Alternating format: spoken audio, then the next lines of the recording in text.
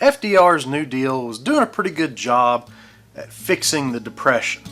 But was it going to be enough? Well, stick around because that's what we're going to talk about today on Mr. E's Classroom.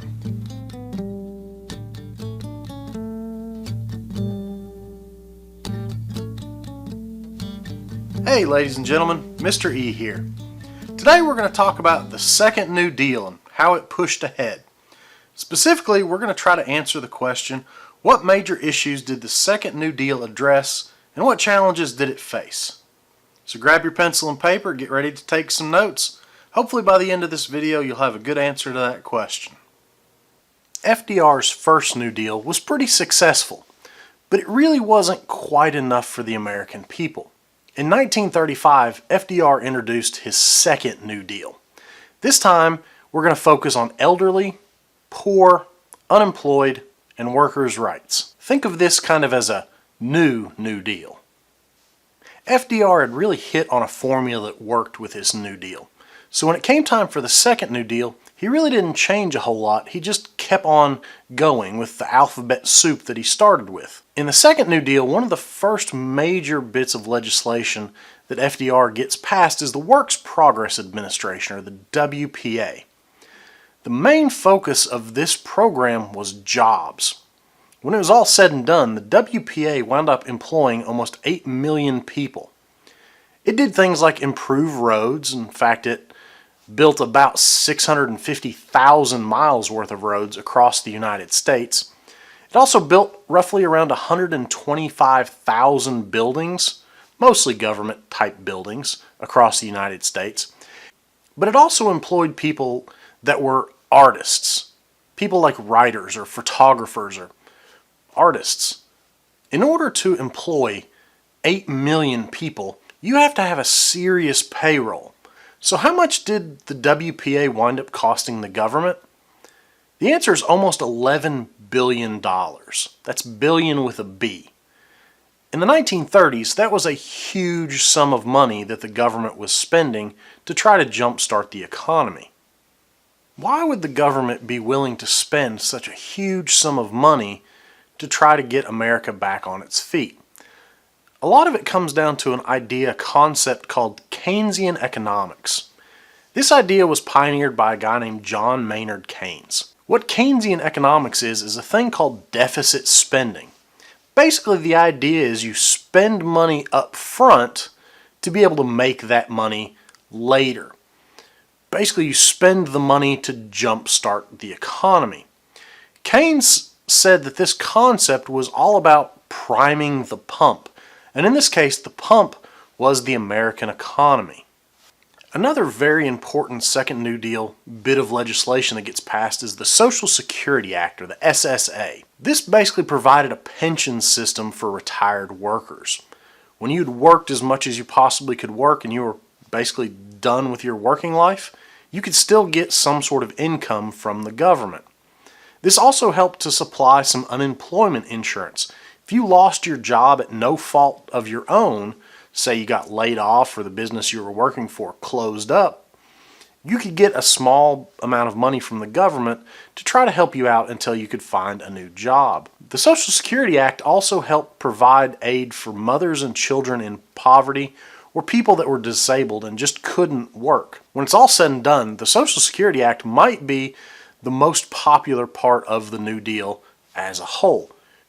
As I had mentioned before, one of the main goals of the Second New Deal was to help workers with their rights. That's where the Wagner Act comes into play.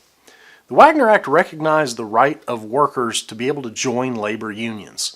They could use collective bargaining and try to do their best to keep their jobs, make a decent wage, things like that. Under the Wagner Act, the government also set up a thing called the National Labor Relations Board. This was a group that would look into complaints that workers could file against their employers for all sorts of different things. Along those same lines, the government passed the Fair Labor Standards Act. This established a minimum wage, which for the time was 25 cents an hour. It also set a maximum work week for people that were in the workforce. It was set at 44 hours. If you worked more than 44 hours, you had to be paid extra, some sort of overtime pay. It also outlawed child labor. If you were a child under the age of 16, legally you could not work during school hours. By the time the 1936 presidential election rolled down, it was very clear that people were very happy with what FDR was doing with his New Deal. If you look at this map, you can see that Roosevelt carried every single state except for 2 during that election. He won hands down by a huge landslide. This gave him a chance to continue on with his New Deal. The second New Deal wasn't without its opposition, just like the first New Deal. The Supreme Court wound up striking down several parts of the New Deal.